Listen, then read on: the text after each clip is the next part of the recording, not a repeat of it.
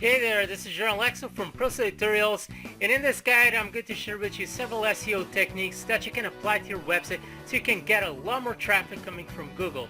And I'm going to focus mainly on Google because Google is the main search engine on the internet. It's the one that receives the most traffic, so when you're focusing on SEO, you should always think about Google. And also, why do you actually want to get more traffic from Google? Well, one, it's completely free, so you don't pay for it. Two, if you know what you are doing, you can get highly targeted traffic. I'm talking about people that are really interested on the content that you have inside of your website. And the third reason is, if you get more traffic coming from Google, you can also do a lot more money on the internet. So in this video, I'm going to talk about SEO. Buckle up your seatbelt and let's get started.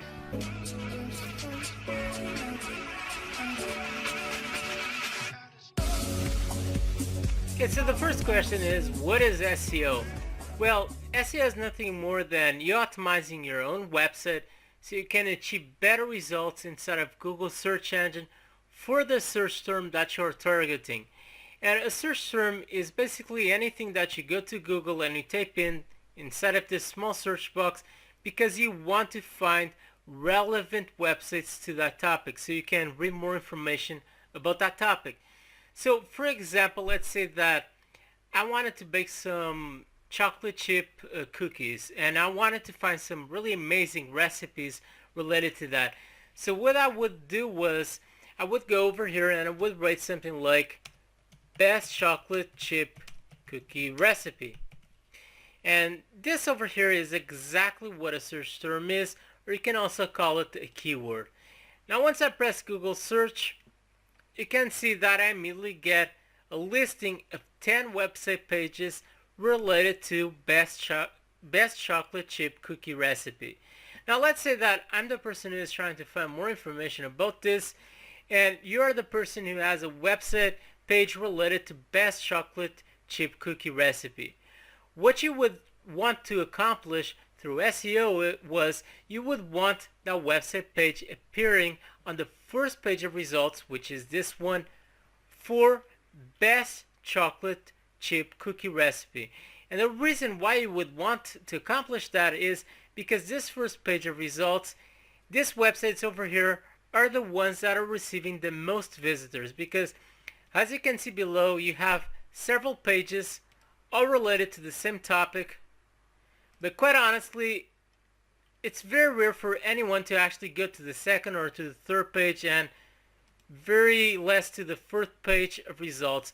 So what most people do is they search for something, let's say best chocolate chip cookie recipe, and they stick on this first page of results and they go to one of these websites that they can see over here. And most commonly what they do is they search for something and they immediately go to the three first websites that they can see on this listing. And I bet that this first website that you can see on this listing, this first website over here is certainly the one that is receiving the most visitors from all of the websites appearing on this listing. So that's exactly what you are trying to accomplish when it comes to SEO. You want your website to rank well on this listing so you can get more and more visitors. So you want to at least try to rank on the first page of results for any search term, and if possible on the three first positions of this listing, because those are the websites that will receive the most traffic from them all. And when it comes to SEO, there are two parts to it. You have on-page SEO, and on-page SEO is basically anything that you can do inside of your website so you can achieve better results inside of Google search engine. And then you have off-page SEO, which is basically everything that you do outside of your website so you can achieve better results in Google search engine. So let's start by talking about on-page SEO. For you to understand why you need to do SEO when it comes to your website, the first thing that you need to understand is how exactly does Google search engine actually works. And over here in front of you, you have a very basic image explaining exactly that.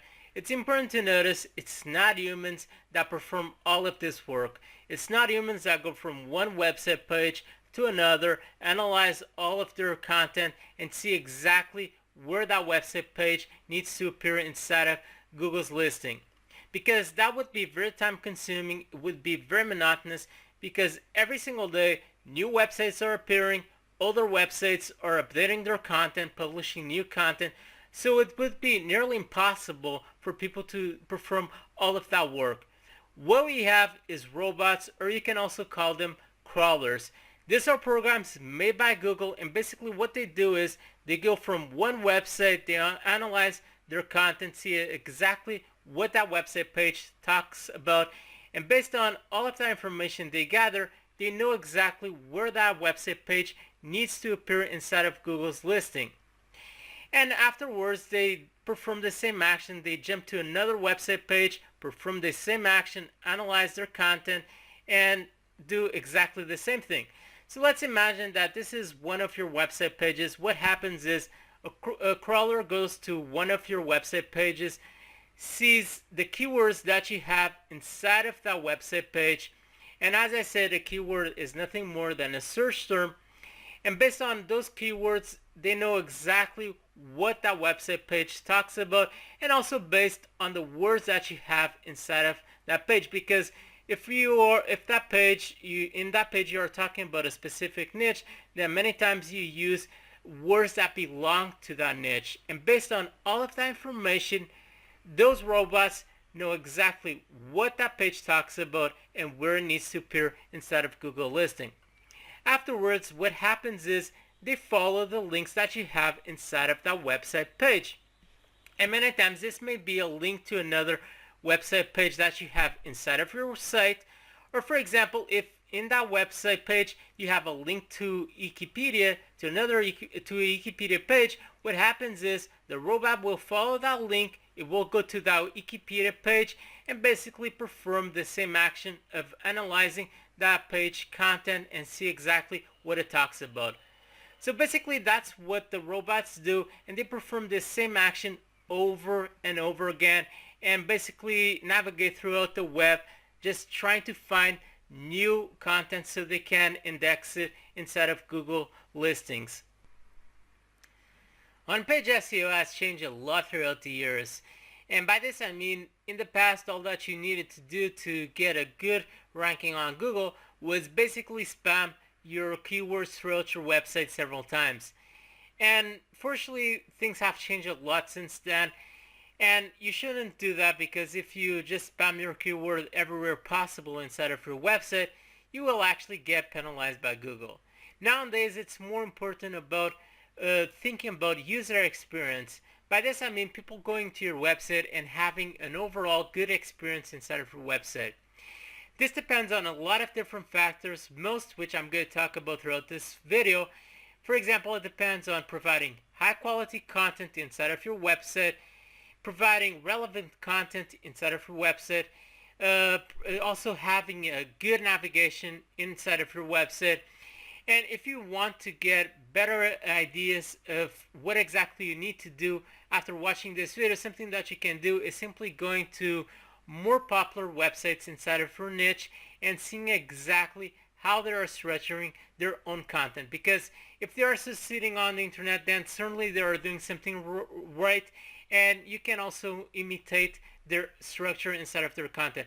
But I'm not saying for you to copy their content, because you should never do that. I'm just saying for you to see exactly what they are doing. Probably they are providing high quality images, they are providing a lot of instructions inside of their content. They might even be providing videos inside of their content. So just get an idea of what they are doing and try to do it the same thing inside of your website. Another website where you can go is called Wikipedia, because typically the content that Wikipedia has is well SEO'd, and you can see after you watch this video you can see exactly they putting the things that I'm going to talk about throughout this video in practice throughout their website pages. Okay, so let's talk about the first thing that you should always be cautious when it comes to SEO. So the first thing that you should pay attention on your website is see that if you have a responsive theme installed. In this case I'm using WordPress, and most themes that you can install nowadays are immediately responsive. This is very important because more and more people are using mobiles and cell phones to go to your website and other websites out there. And it's important for you to have a layout in your website which will automatically adjust to their screen so they can see your website easily. And it's not only because of that, it's also because recently Google came out with a new update called Mobile Geddon, and basically they will penalize every single website which aren't mobile friendly. For you to see if your website is mobile friendly, all that you need to do is just grab the window where you have your website and just decrease the window size until you have the size of a mobile screen. And if you see that your website automatically adjusts to the screen, then that means that it's mobile friendly. If it doesn't adjust to this screen size, then it's not mobile friendly, and I recommend if you are using WordPress to install a new theme that is mobile friendly. Or if you aren't using mobile friendly, then you probably need to program that theme so it can be responsive. But whatever you do, make sure that you have a responsive theme installed on your WordPress website. Another part that is really important nowadays is the upload time of your website. And this is basically the amount of time that your website takes to upload on someone's computer, mobile, cell phone screen, and so on. And especially nowadays, because most people are using mobiles and cell phones, they are on the go, and they simply don't like to wait a long time for a website to appear on their screen. So this is really important because of that, and also because Google uses this as a metric to see the quality of your website. So it's important for you to have a good uploading time for your website. And for you to check, for you to actually analyze the time that your website takes to upload, you can go to a website called Pingdom Test Speed. So you go over here to this website, and you just need to put the URL over here of your website, which is this one. Press test now, and this will actually see in a few seconds the amount of time that your website takes to upload. So actually it just took 1 second to upload my website, which is really fast. Has a good performance, this website. And this depends on a lot of different factors. It depends, for example, on if your web host has a good connectivity to the internet. If they have a slow connectivity to the internet, then your website will also take longer to upload. It also depends on the theme that you are using on your website. If you're using a theme that has a lot of coding, then it will take also longer for your website to upload.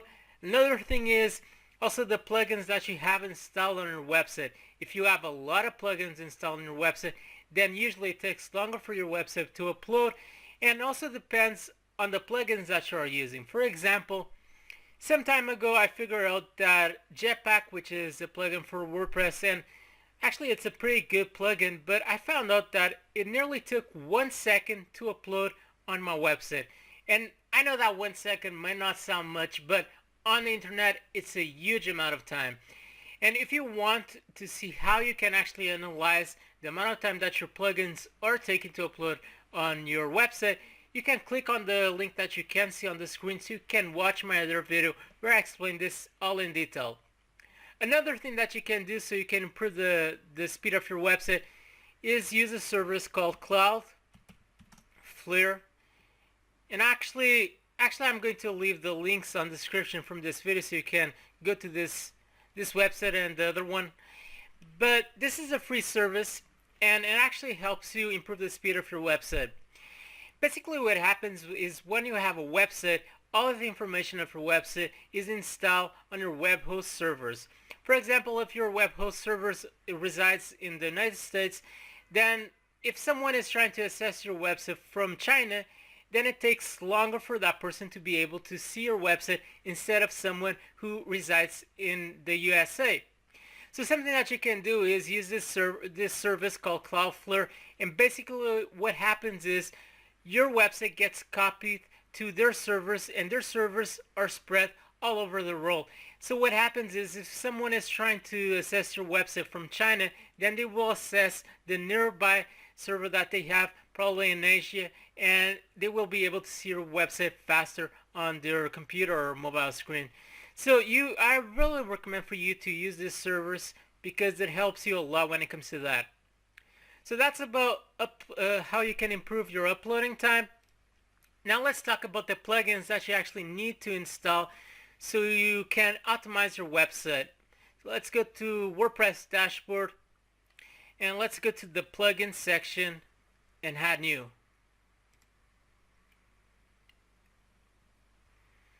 The first plugin that you want to install is called WP Super Cache. And sometimes this comes already with the installation of WordPress. So as you can see, I already have this plugin installed. And I'm not going really in detail with how you can use this plugin and the other one which I'm going to talk about next, because if I did that, then it would be probably more 2 hours of video and you certainly wouldn't want to watch that. But if you want to learn more details about this plugin and the next one I'm going to talk about, I'm going to leave a link on the screen so you can click on that link and watch my other video where I explain them in detail. Anyway, WP Super Cache will allow you to improve the performance of your website so it can upload faster on someone's computer or mobile screen. The other plugin that you want to install so you can optimize your website, and this is really important, is called Yoast SEO. And this is possibly one of the best plugins out there for this. Basically, this plugin allows you to customize each page individually of your website so you can better rank those pages on Google. As you can see, I already have it installed, but if you don't have it installed, you will see the Install Now button, and you just need to press on this button and press in the next page Activate so you can start using this plugin. Then you can see that a new section will appear on your sidebar. And you want to go to this section because the first thing that you always want to do is simply optimize the front page of your website. So you go to SEO and you click on Titles and Metas. On Titles and Metas, you want to go to Homepage. And you can see that once you go to Homepage, you have over here a template, but you don't want to really use a template for this because the reason why you don't want to use a template is because you want to optimize each page of your website. And it's important to notice that each page in your website can pretty much rank for one or even multiple keywords at the same time. So in this case, you put over here the keyword that you want. For some reason, I pressed OK. So over here, you put the keyword that you want for your homepage. And it's important to notice that your homepage is basically this one. And this is the meta title and this is the meta description. The meta title and the meta description is the same title and the same description that will appear later on the Google search engine results page. So it's always important for you to add an enticing title where you include your keyword over here, and also an enticing description so people will actually see it and want to click on that link so they can go to your website. And also this meta title will also appear on your tab section of your browser. Actually, once I change this, you will be able to see that it will change on the tab section of my website. So over here, it's really not relevant what I put over here. Let's say that best chocolate chip cookie. But you certainly want to put something that is more enticing than this. This is just an example. And over here, you just put a description.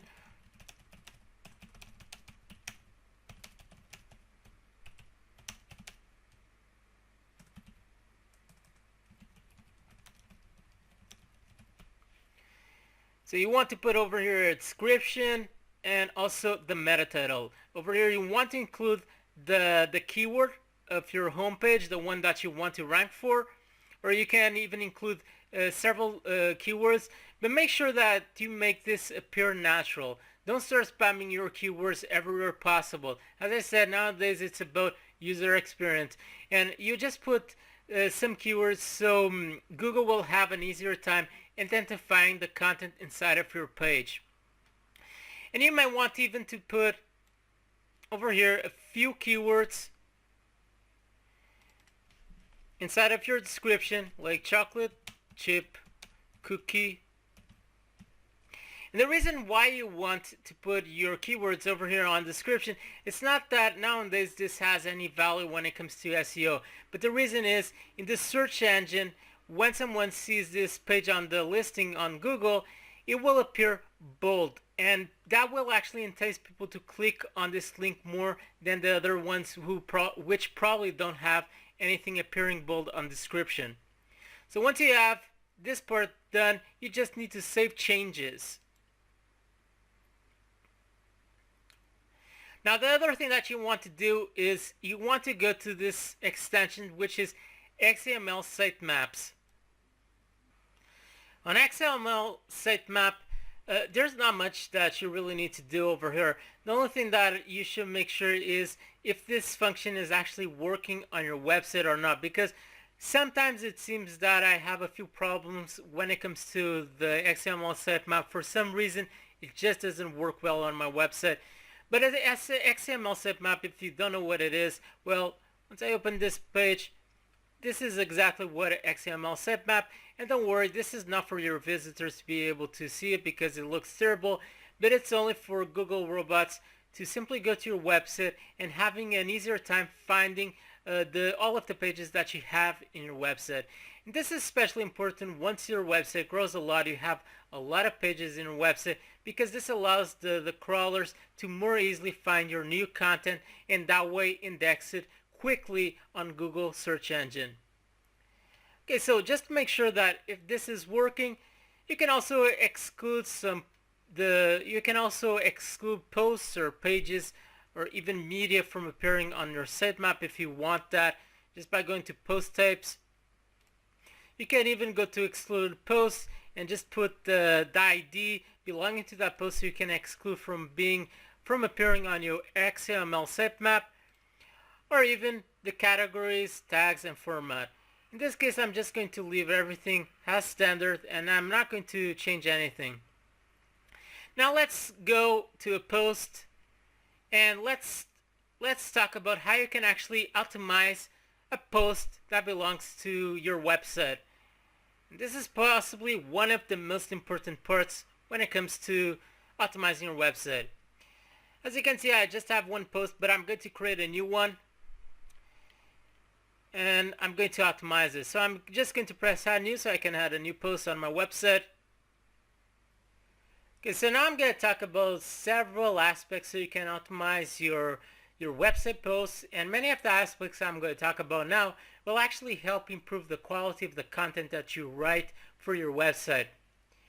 The first thing I want to talk about is the amount of content that you should include in your posts. It has been proven more and more that Google is giving better rankings to websites that have posts with a lot of information, and posts that have at least 1,200 words have been doing better in the search engine. Now, I know that this is a lot of content, and if you have a website, many times it's hard for you to always write that amount of content for every single topic because some topics simply don't deserve so much content. Now, what I recommend for you to do is write some main content for your website. This can be some main articles that you include in your website. This can be how-to guides. This can be guides related to a service that you have in your website or about a product. And inside of these guides, you write at least 1,200 words or even more. And in these guides, you offer a lot of information about whatever you're writing about. And just by having this main piece of information inside of your website, it will actually help you achieve better rankings, not only for that main content, but also for the rest of your website. Okay, so you can do one or even more of this type of articles, and this will help you have better rankings on Google. And if you have, for example, an e-commerce website, I know that if you have this type of websites, what happens is you have a lot of products, and typically you just have this brief description of 300 or 400 words for each product, And that's not much content. Now what you can do is you can include a blog inside of your website, a blog section where you offer guides, tutorials, or whatever you want to offer over there. And in your blog section you have a lot of content, a lot of written content inside of your articles. If you actually go to many e-commerce websites nowadays, you will see that many of them actually always have a blog section included. And that's because just adding this blog section to your e-commerce website will help you achieve better rankings for the rest of your website. So that's the first thing I want to talk about. And now let's just add some content, actually some fake content to this post that I have over here. So I'm going to a website for me to get this, which is this one, and words. Okay. I'm just going to copy this. And sure, you want to add real content to your website. Don't make the same thing I'm doing over here, but this is just an example. So this is the first thing that you should pay close attention to. The second thing is simply to include bulletin points inside of your content. Just make this an habit. And as I said, good SEO has become more and more about user experience. And what you really want is people go to your website and basically spend a lot of time reading your content, even going to other pages of your website, because all of this will tell Google that your website is certainly providing good content and it deserves to have higher rankings inside of their search engine. And adding bulletin points allows people to go to your website post and simply reading immediately the most important aspects about that topic. So just make this a habit. You can also add numbered lists, and this is not something that directly affects your SEO rankings. It's more something that affects indirectly, because as I said, if you have everything well organized, people will want to spend more time inside of your website, and that time that they spend on your website is really what will affect your rankings in Google. So this is something that you should always include. Other thing is to include good images inside of your posts. And in this case, with 1,200 words, I would include at least 5 or 4 good images. And the reason why you should include images is because after the person read your enticing title, and they enter into your post, it's really the images that you have inside of that post that attracts people to read the rest of your content. So you should always include a couple of images inside of your content. So I'm going to include over here, let's say, a few of them. Just like this. And if you want, you can even include a video inside of your content. And this really depends on the niche that you're integrated. Some niches have a tendency of using more videos inside of their content. Even though you already have all of this written content, you can also include a video. And then typically, I like to include the video in the very top of my post, because many times people go to a website and they simply don't want to read 1,200 words, and they just prefer to watch a video. And if you have a video, they will watch the video, and just imagine if that video is about 10 minutes, then that means that person will spend at least 10 minutes in your website. And that will tell Google that you are certainly providing good content, because people are actually spending a lot of time in your website.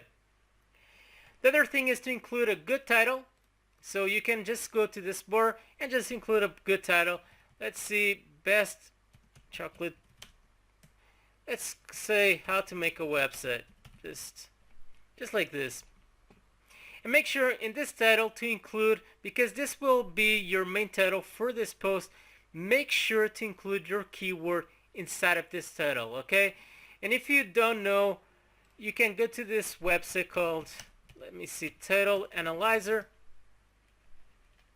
and write better headlines. So over here you can just grab this title, you go over here, you include inside of this blank space, analyze now, and you get a punctuation and it basically tells you how good this title is. So this will actually, as you can see, this title is nothing special, but this website actually helps you improve the quality of the titles that you had to your website. And your titles is really something very important in your website because you want to have enticing titles to every single post that you have on your website, because that's really one of the first things that attracts people to read your content. It's the title that you had. Now let's talk about the two most important parts where you should always include your main keyword. The first one is in the meta title belonging to your post or page of your website. And as I said previously, the meta title is the title that later on will appear on the search engine results page.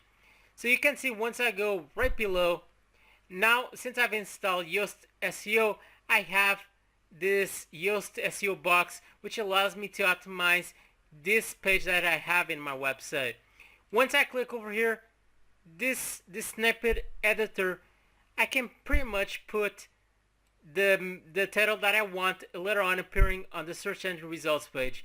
So you always want to put your main title over here, your main keyword I mean, over here, and also make this title really enticing, because that will improve the click-through that you later on will have for this page.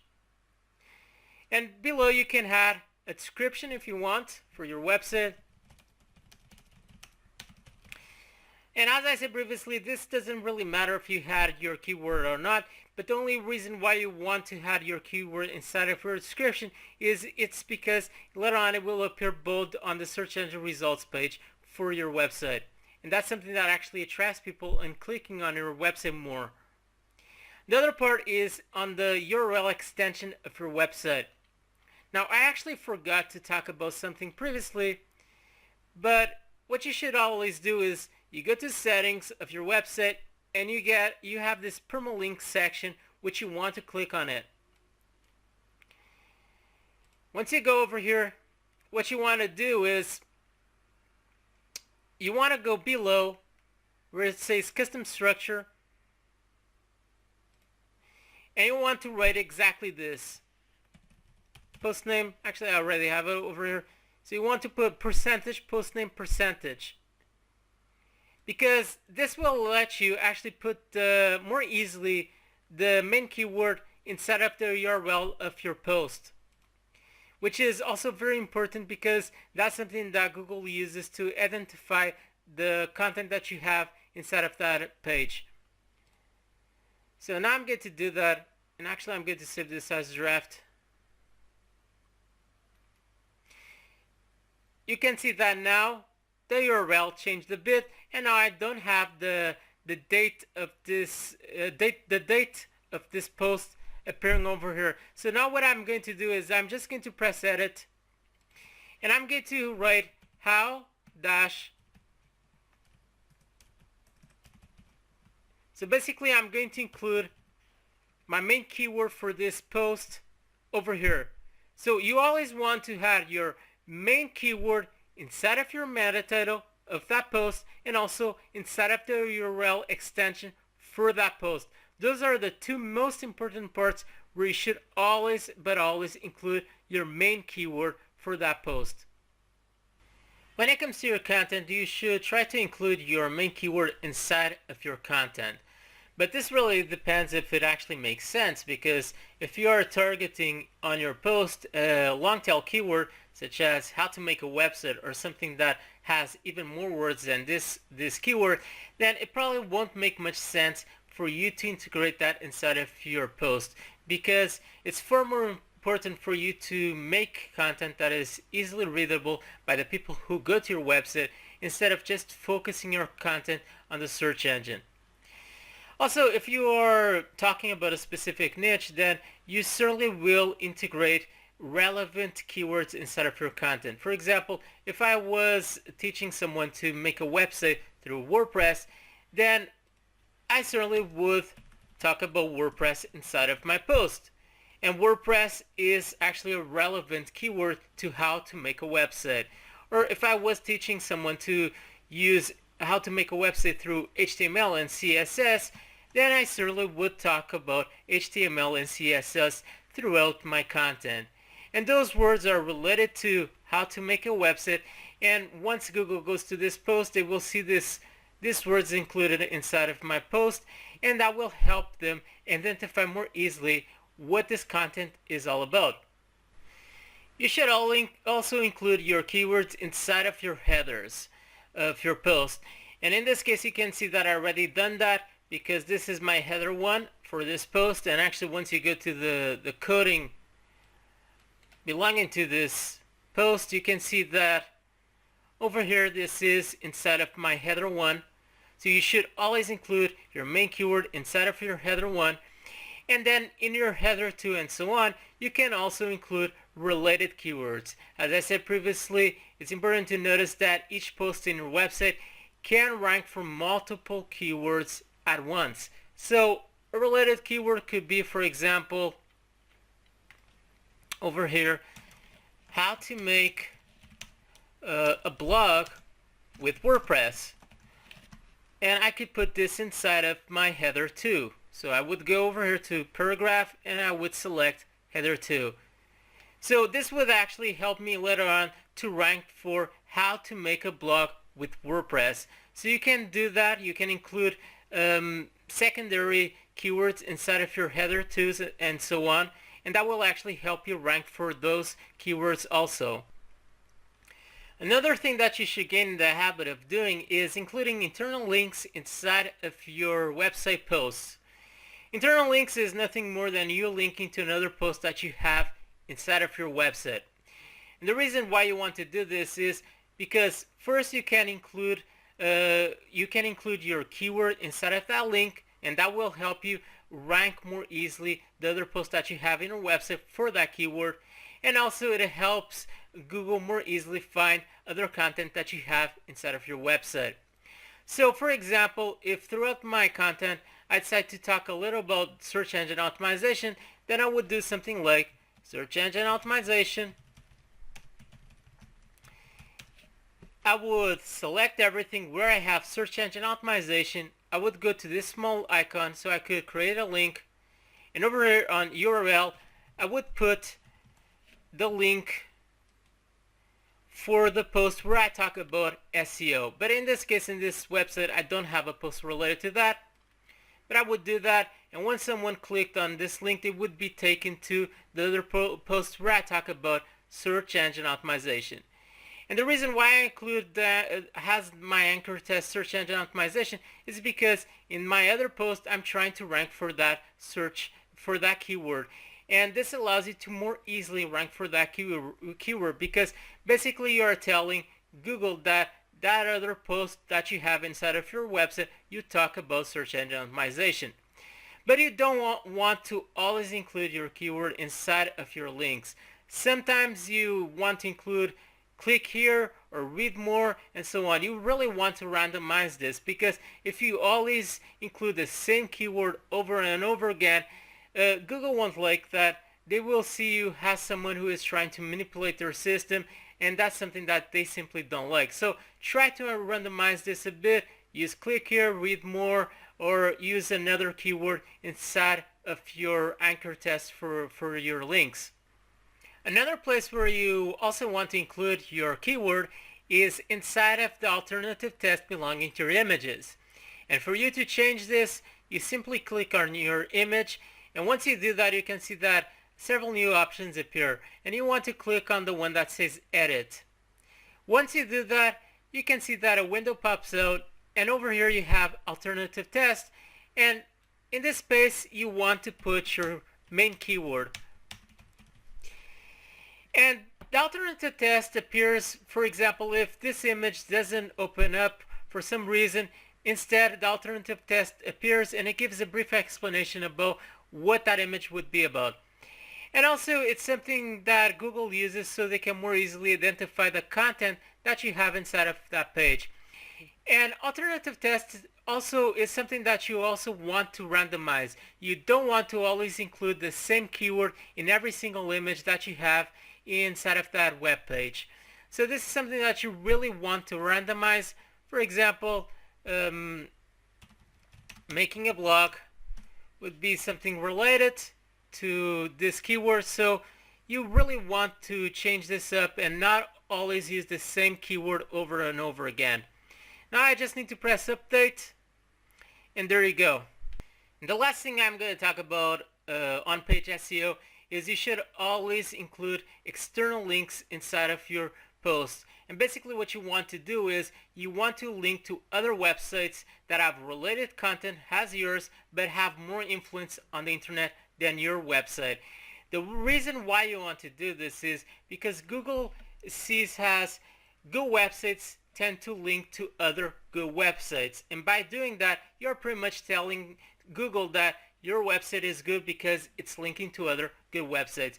So what I could do is I could create a link to a post that Wikipedia has related to WordPress, because in this case I'm talking about how to make a website, and I would teach people how to make a website through WordPress. So I could link to a post that Wikipedia has talking about WordPress. So I'm actually going to Wikipedia once again. And once again, you can go to Wikipedia and you can pretty much see everything that I've mentioned throughout this video, them putting in practice. You can see that they use their keyword in the extension of their URL. You can see that they use the main keyword on their header 1 for their website page. You can see that throughout their content they have their keyword included. You can see that they also have internal links inside of their post. You can see that over here, free open source. Once I click on this link, I'm taken to another page that they have inside of their website where they talk about free open source software. You can also see that below they have plenty and plenty of external links to other websites that have related content to theirs.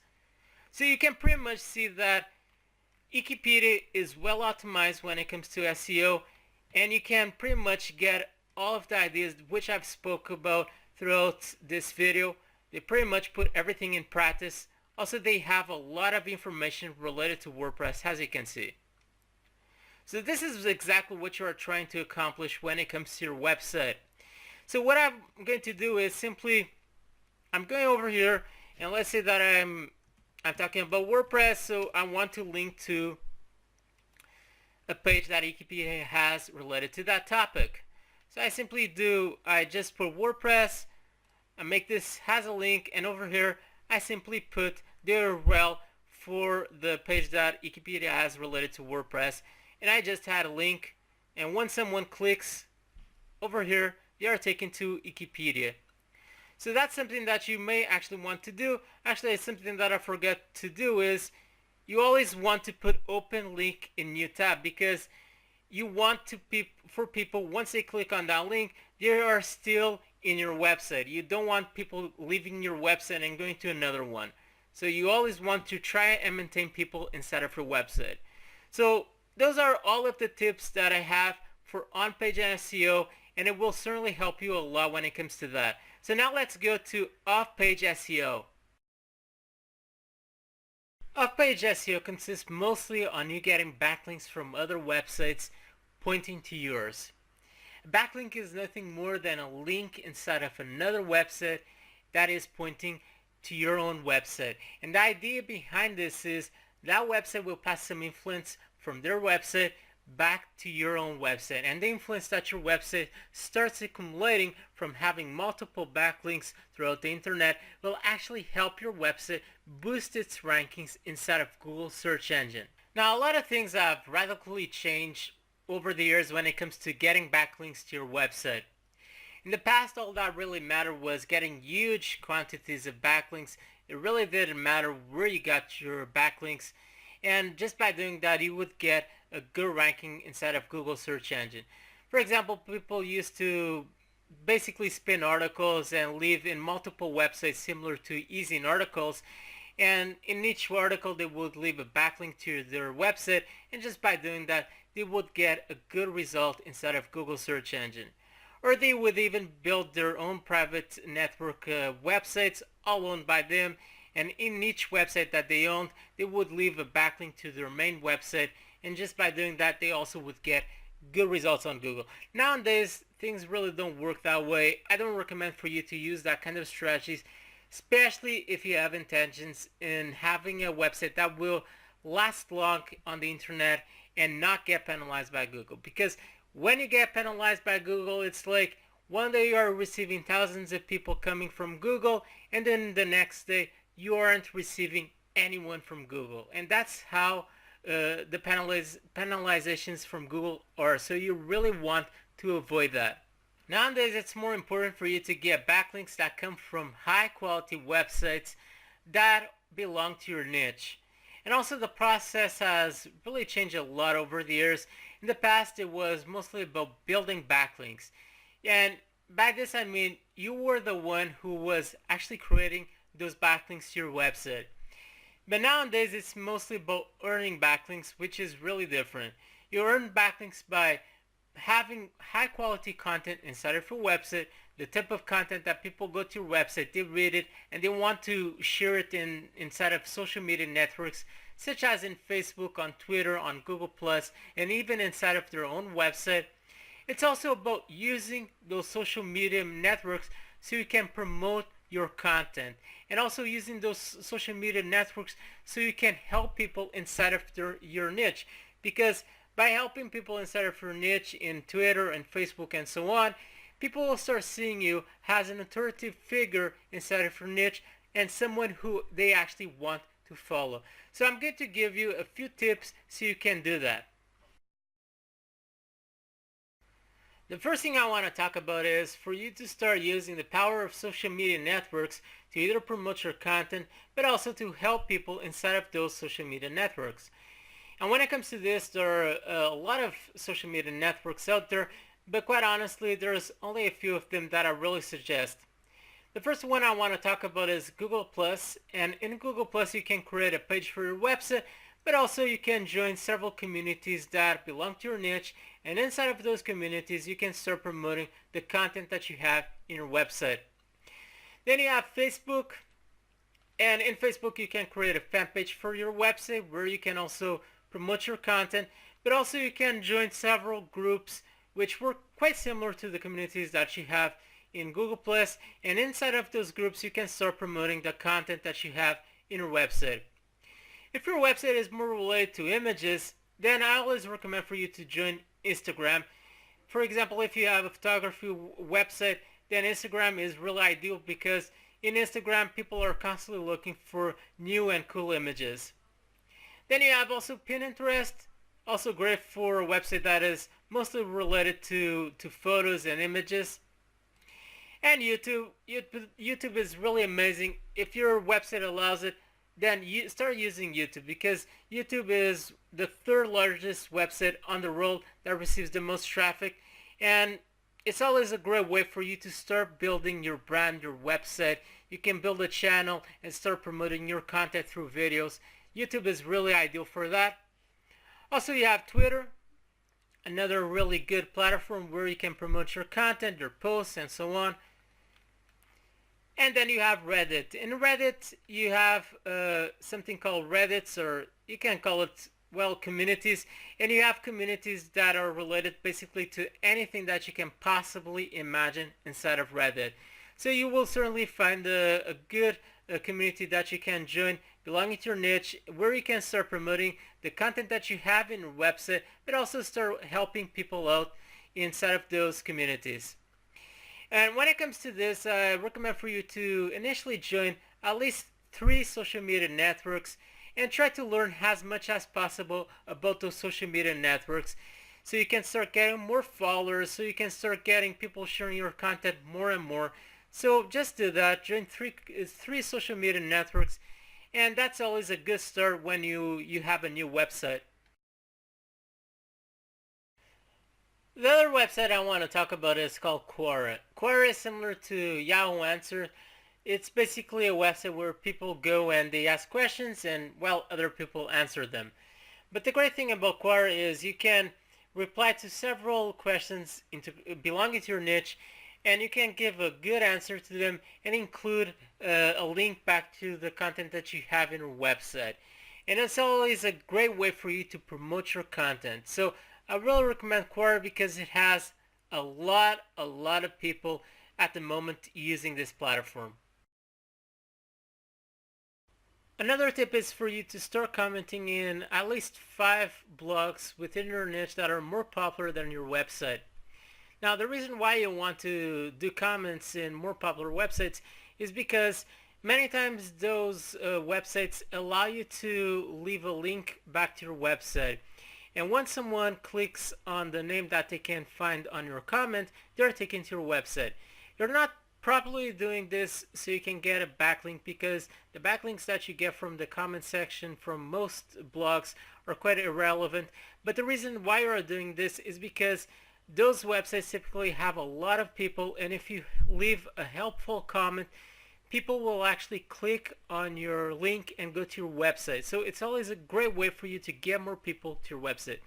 For you to be able to find a blog within your niche, what you can do is you can go to Google, and once you go to Google, you can search for best.